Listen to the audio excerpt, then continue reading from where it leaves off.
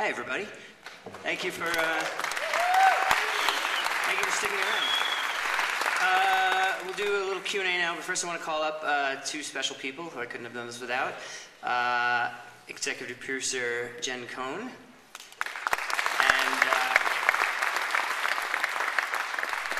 and my associate producer and editor, trusty right-hand man, Joshua Trank.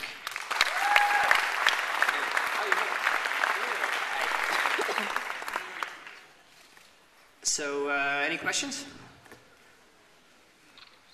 None? Okay. All right. Well, good night. Thank you. Oh. Sorry, there is one. Where is it? Oh. How and why did you pick Pharrell?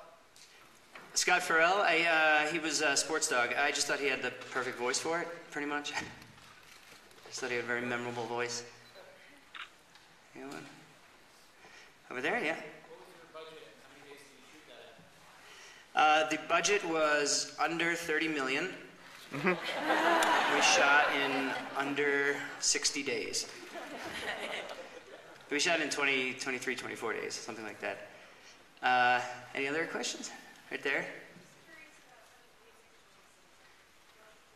The music choices? I chose all the music. Delta Dawn, if you actually listen to the words of Delta Dawn, I just felt like Delta Dawn actually was Paul. He's 40, she's 41, and her mom still calls him baby. I won't recite the whole song, but just go Google it. Yeah. Patton was always, yes, he was always my first choice. Call me crazy, but I thought he could be convincing as an obsessive nerd. He actually knows nothing whatsoever about sports. But he has other, I just basically told him, take your Harlan Ellison, Philip K. Dick fixations and just apply them to football. That's pretty much what he did.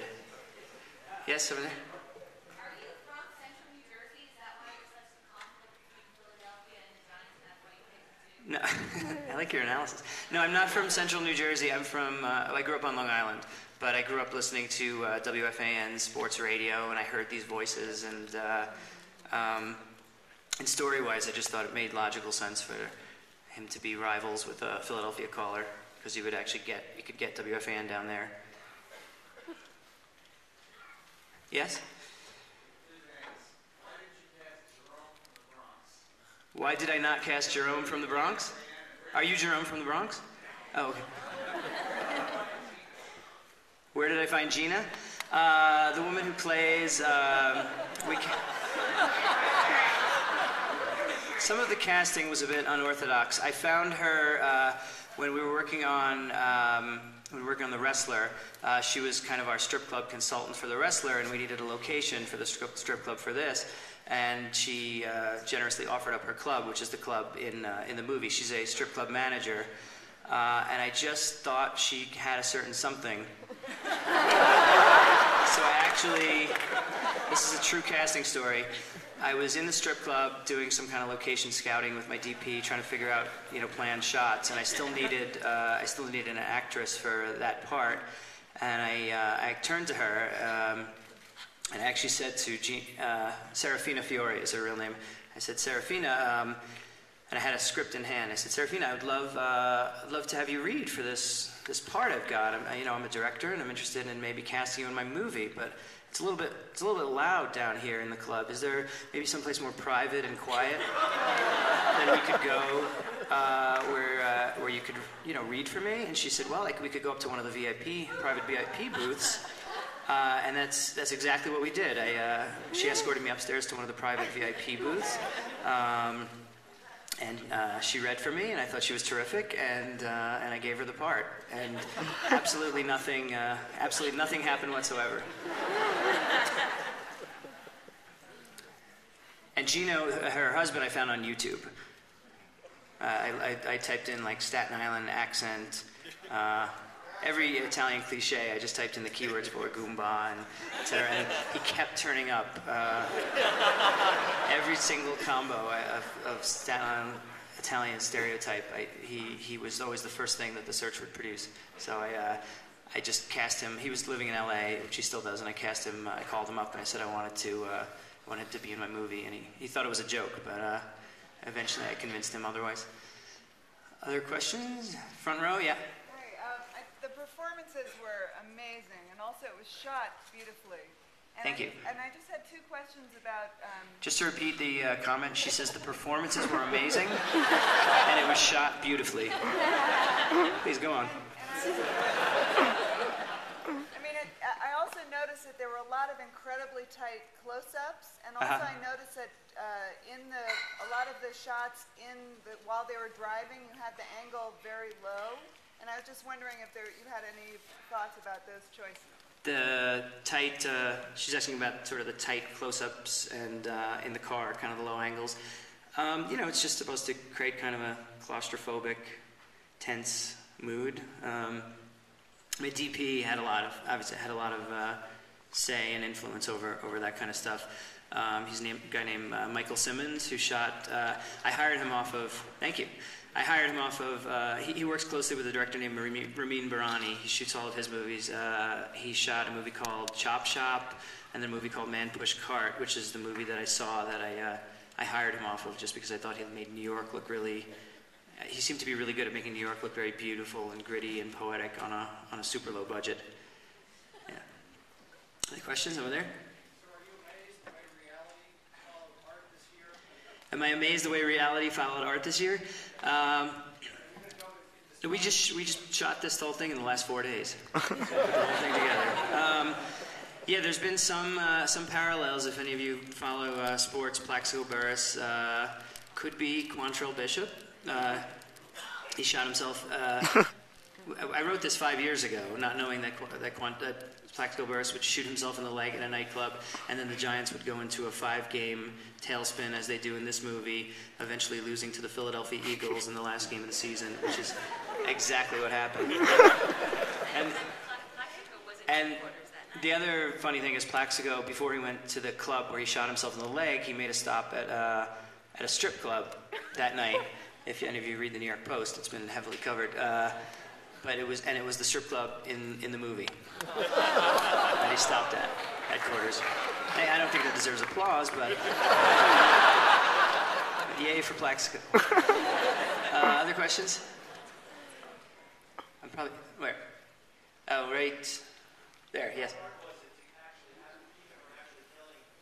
How hard was it? What? Oh, when he shoots him in the bathroom, how hard was it to keep him from actually killing him?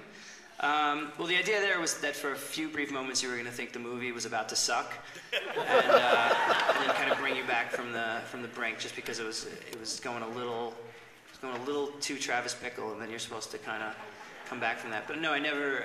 The paintball gun was always planned. That was always the idea. Yeah. Oh, let's get some balcony. The front and the balcony?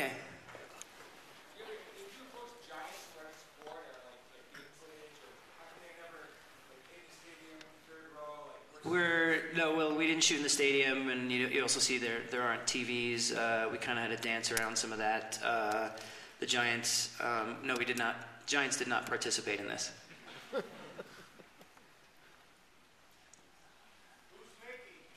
Who's Mickey? He's my son. Oh.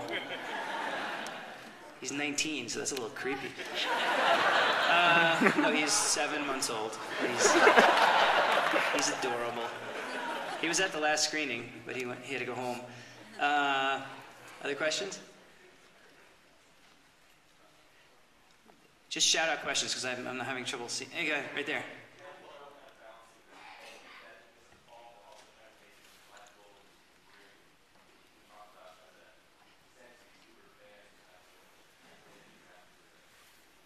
The question is about balancing the patheticness of Paul with liking him. A big part of that was just casting Patton Oswalt, because I feel like I find him inherently lovable. I think he's a huggable little guy.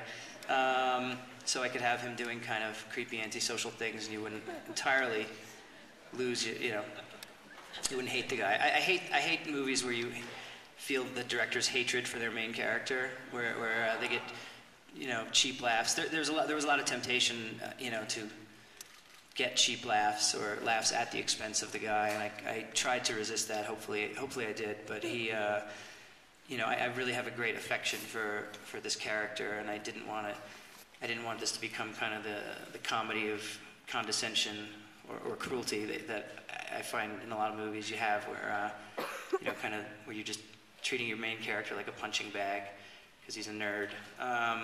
So hopefully that's not what I did, but I definitely I feel love for Patton and I feel love for this guy, and hopefully that came through. Yes, over there.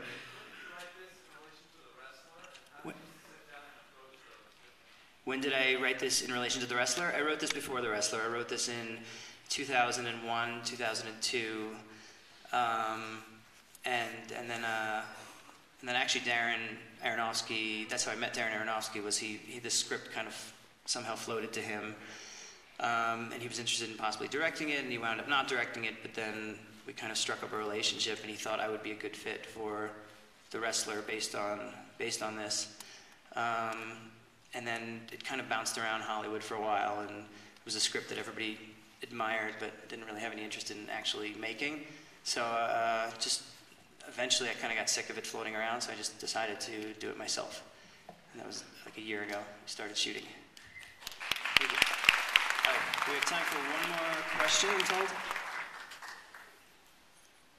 Yeah? If I had gotten financing sooner, yes, somebody probably would have directed it. So I'm kind of grateful that no one believed in it enough to give it to Tom Shadyac or whoever. All right, well, thank you so much for sticking around, and